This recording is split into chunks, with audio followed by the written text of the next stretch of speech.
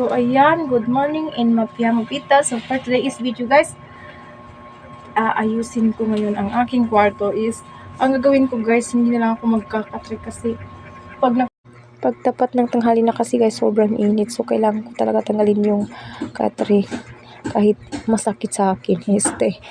So ayan guys, kailangan ko talaga magparaya, no? Tatanggalin ko na lang yung katri kasi hindi ko kaya yung init. Kasi malapit yung bubong sa malapit kasi yung bubong sa katri guys, kasi ang narenta naming bahay guys is maliit talaga siya, tapos mababa pa yung bubong, kaya pag tapat ng tanghali is sobrang nainit na, kaya kailangan natin tanggalin yung mga katri dyan at hindi na tayo magkakatri, magsasahig na lang tayo guys, kasi yun ang maganda kasi malamig pa, diba guys? So ayan guys, is kailangan ko talaga ilabas guys mag-isa. Kasi guys, wala akong kasama, kaya pinipilit kong ilabas kahit masakit sa akin. So ayan guys, hahakutin mo natin yung mga laman niya sa ilalim, mga bangko ng motor. So ayan, nahihirapan talaga ako guys. So ayan, kailangan ko ng backup guys. Sana may kasama ko dito sa bahay para may kasama rin akong ilalabas. So yan guys, grabe ang bigat kahit maliit yan kasi puro kahoy yan na liston. So ayan, kailangan natin manilid guys kasi alikabok talaga. So ang dami ko pang pinagdaanan dyan guys bago ko yun natapos. Pero di ko na pinakita sa inyo guys, is binilisan ko rin na yung camera ko para hindi na mapansin na sobrang napapagod na ako kasi 3 hours na ako dyan guys naglilinis. So kailangan natin yan talagang linisan guys bago natin ilagay yan kasi alam mo na alikabok, di ba?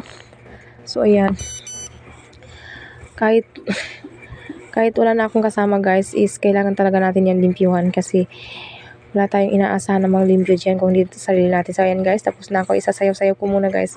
So ayan guys.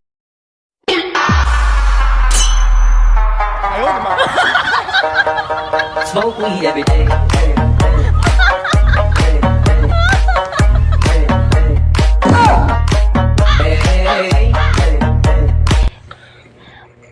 Na siguro nasa 4 hours siguro ko linimpyuhan yan guys bago natapos kasi ang bigat nung katri natin. So ayan guys, matapos na. So ayan ang resulta.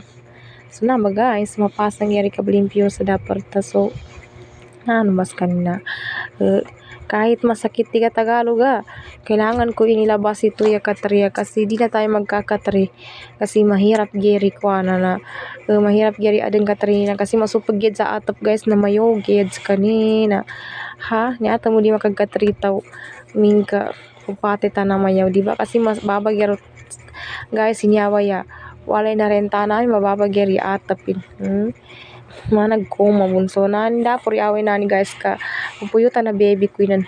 So pwede na tayo mag tiktok paggabi pagkatapos natin pagkalugan ng pagsulan guys, no? Kasi hindi tayo pwede mag tiktok ng tanghali kasi bawal sa atin. Gabi-gabi lang ako guys nagti-tiktok or gumagawa ng video ko guys. So ngayon lang ako nakagawa ng video ko guys na tanghali kasi gabi ako gumagawa ng mga aking mga video, tapos mga 2:00 ng umaga umaga akong nag-a-upload. Di kasi tayo pwede mag-upload ng hindi pa nakabuka, di ba guys? So ayan, so ayan guys, tapos na. So shout out na sa mga followers ko na nakabago. And sukran talaga sa pag-follow. Sana di ka nung magsawa support sa laki niya page kahit darnger ka taga na mga video nila na apya like bu imagagano sa laki o di normal ka share na sukran talaga siya butaman. Wasalam.